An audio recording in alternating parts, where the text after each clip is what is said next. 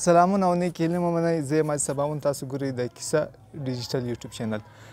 نن خبره کوو، راغلي یو اول دا ځای در وښیو. دا د بلوچستان تر ټولو غټ کوم افغان کډوالو کوم ځای چې دی، چیرې چې افغان کډوال میشت دی،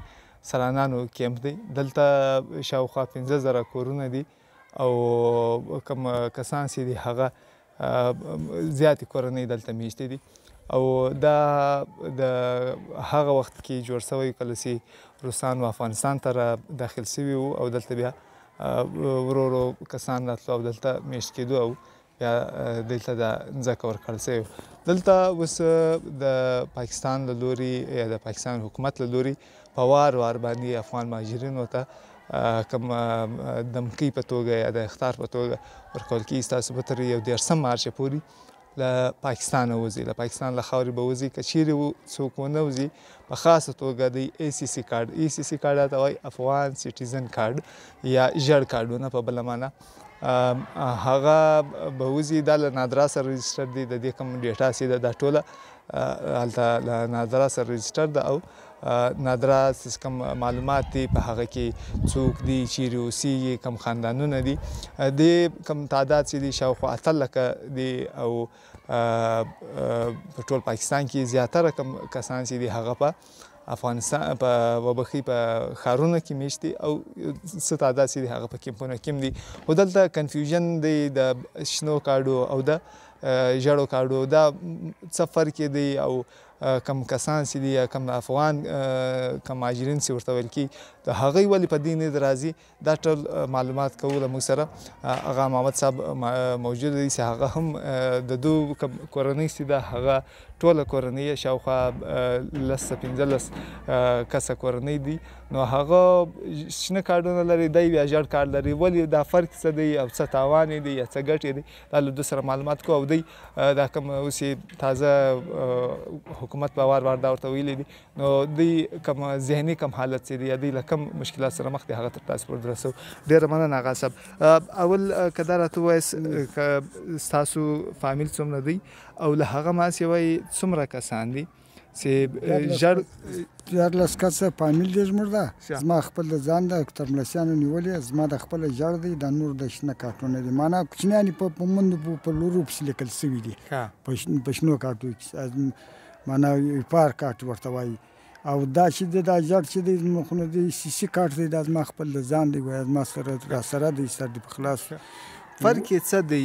ولې تاسو نو دای فرق دی چې اوس نو هغه دای فرق دی چې پر هغه باندې کوم چې چیکن کوي باریږي تا ته دا معنا روپۍ درکوي، پر ژړ یې نه درکوي، پر ژړ باندې یوه روپۍ هم نه درکوي. و نه که مرسته هغه پر هاخوا واوښتلې یو 2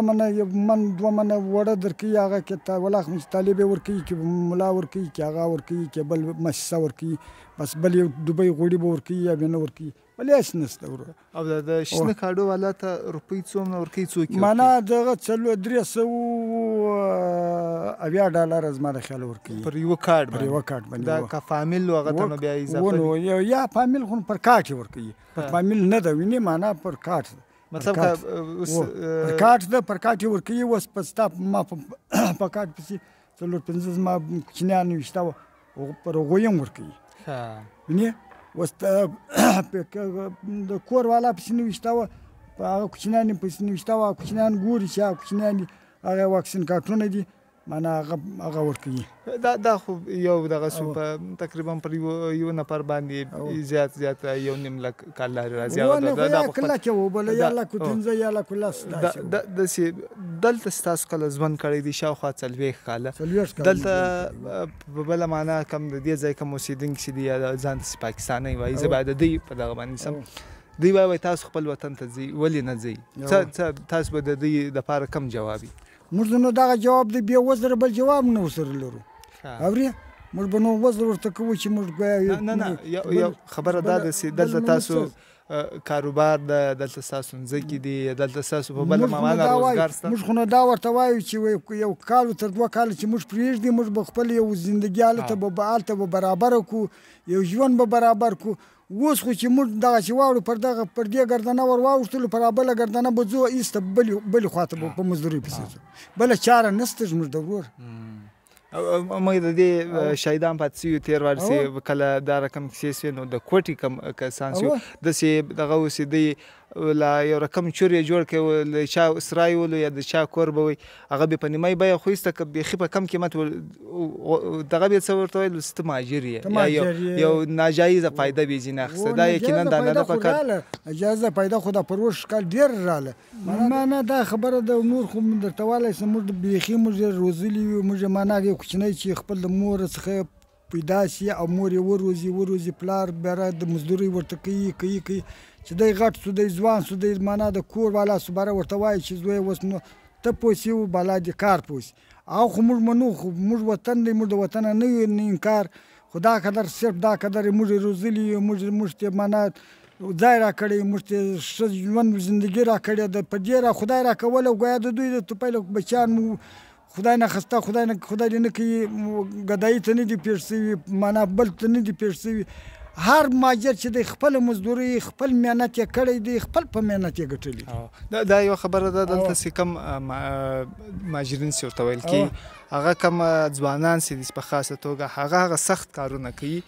لکه د بټۍ د خښتو کم کار چې دی ما زه خپله کوم ما خپله کړې ده ما بچیانو کړې ده لکه د کویله کار د کویله څومره سخت کار دی او دوی هغه ځای ته ورځي چې مطلب یو د خطر د سر خطر ورپکې هغه کم سخت کارونه دي هغه کارونه چې مطلب دا د کاغذانو ټولول بل شی هغه کارونه چې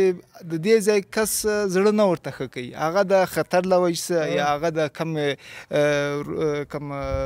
کوچنۍ یا نه کوي روزي له وجې مطلب 500,000 روپۍ یا دغه هغه وجې زړه نه ورته ښه خو دا خلک چې دا د مجبوره په وجې یا د مجبورۍ له وجې دا زړه ته ورښي که چیرې دا خلک ځي د ځوانان ځي نو یقینا دا کارونه به پاتېږي دا ته به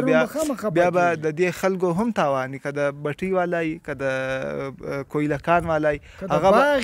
هر شي چې د باغو کار دی د باغو دلته چې کله مهاجرین نو راغلي دلته چې کله د افغانستان کسان نو راغلي نو دلته د باغ هغه کښت کرونده هغه رقم نه وله یقینا خلک یا د دې ځای کوم کسان چې دي هغه به دا وایي چې مهاجرین چې دي هغه یو خواره طبقه دی خو د له ځان سره یو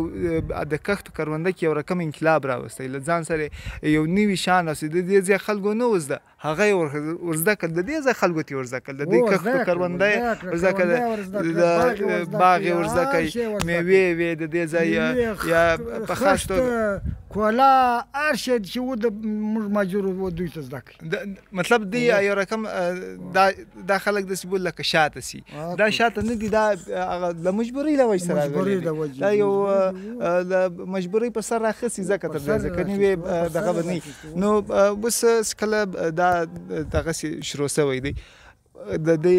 کیم کې به یقینا کسان سته د هر رقم د کاډو والا سته دوی څه وایي مطلب څوک تللي دي یا څوک ځي څنګه تر اوسه خو نه دي تللي معنا من بعد اوس نو دغه اختر چې تېر سو د خیره د روژه تېره سو نو مسلمان که دوریخ یو دغه سرای درودی یا یو ځای درودی یا یو کشم یو نوک یو جریب مځکه درودله هغه خو ځي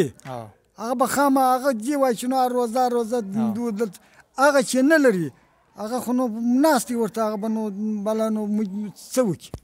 دلته یو دغه دی چې د افغانستان او د پاکستان تر مابین څه کومه شخړې روان دي په خاص توګه چې اوس دوی سره اختلافات دي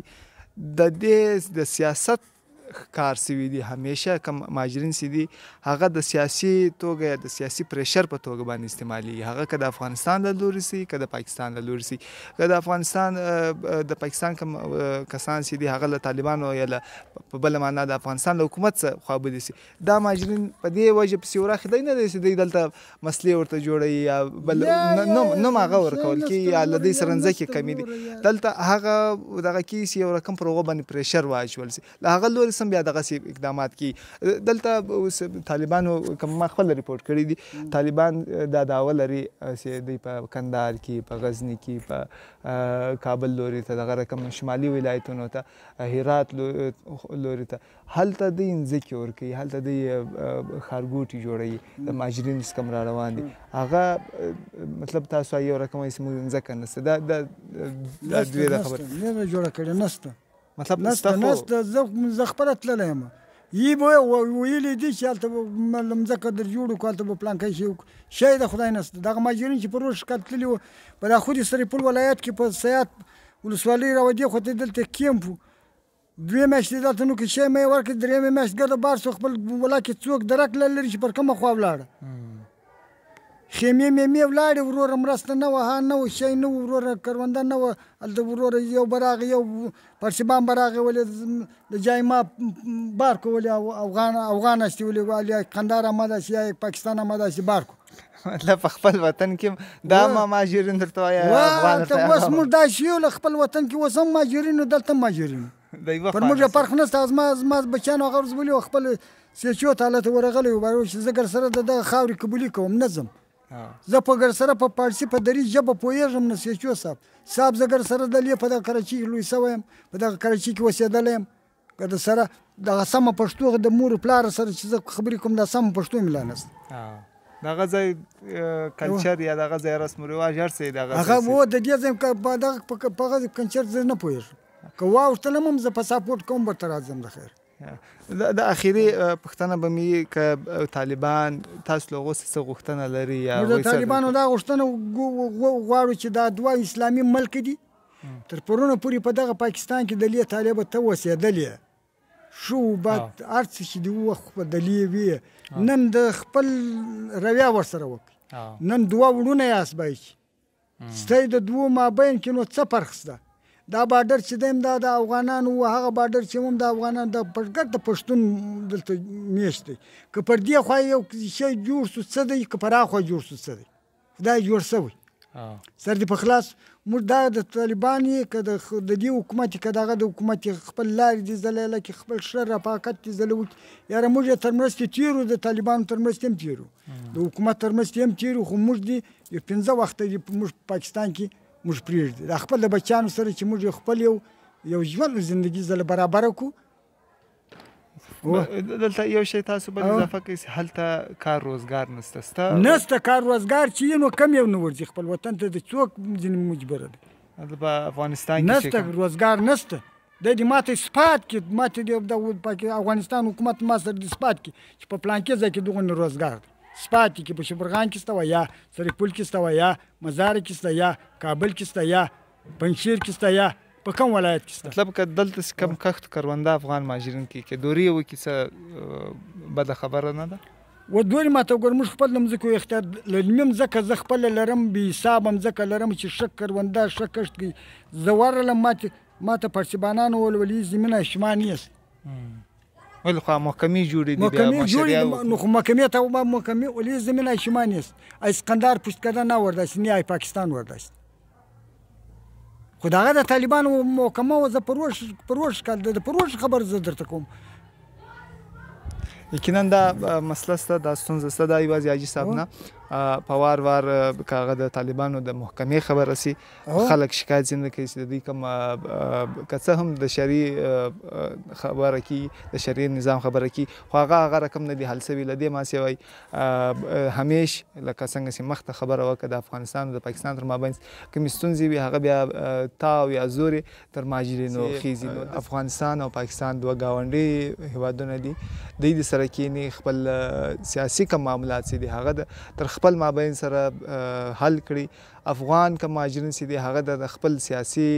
سیاست په توګه نه استعمالوي د خپل سیاسي هدفونو